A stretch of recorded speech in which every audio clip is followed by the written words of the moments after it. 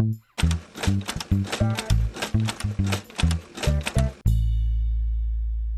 on the line with Dan Werner. Dan, thanks so much for joining me. Thanks for having me. So Dan covers all the big Canadian banks, and we're going to try and do a video now every quarter and go over some of the results. So Q2 is over, results are in. So Dan, how did the big Canadian banks do? Well, all in all, they had a decent quarter.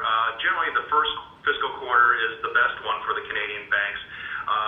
But the second quarter, on a year-to-year basis, was pretty good. So if you break it down by business segments, the Canadian banking segment had a good quarter, but not as good as first quarter, largely because of, the first quarter is at year end, and second quarter is kind of a slower part of the year for them. And secondly, we still continue to see narrowing margins at most of the Canadian banks due to the low interest rate environment that we're in. This is not to say that they had a bad quarter.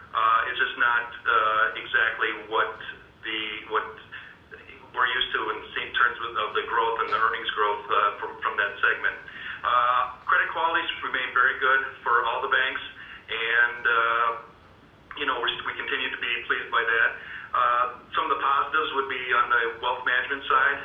We had saw stronger wealth management income due to larger assets under management, as well as better trading revenue from the capital markets groups, given the better condition of the markets worldwide. So all in all, it was a decent quarter, maybe not what the investors are used to in terms of the banks continuously beating the expectations, but in all, it was a good quarter for all of them.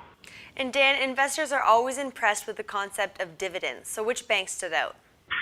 Those banks would be CIBC and National, which were the two that raised this quarter, primarily because those are the only two banks that did better than expected in the quarter. CIBC, had a good quarter because of some better revenue from the Canadian banking side. They were able to raise their dividend by 2 cents, and we expected them to raise dividends last quarter. That didn't happen because of a charge they had to take, so they ended up raising this quarter.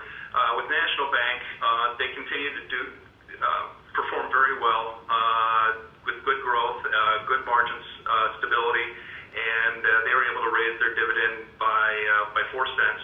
All in all, the banks try and maintain 40 to 50% payout ratios, and in the case of National, they're keeping it at 40%. With this latest increase. And what was the most surprising about the results in Q2? Again, I'll point to CIBC and National Bank. Again, being able to maintain their margins and protecting their top line in the face of slowing loan growth, macroeconomic pressures that some of the banks seem to be facing at this point. And the level of asset quality, again, seems to be is pristine in most of the banks, and that's always a positive. If you don't have to address credit issues, that's always good for the bottom line.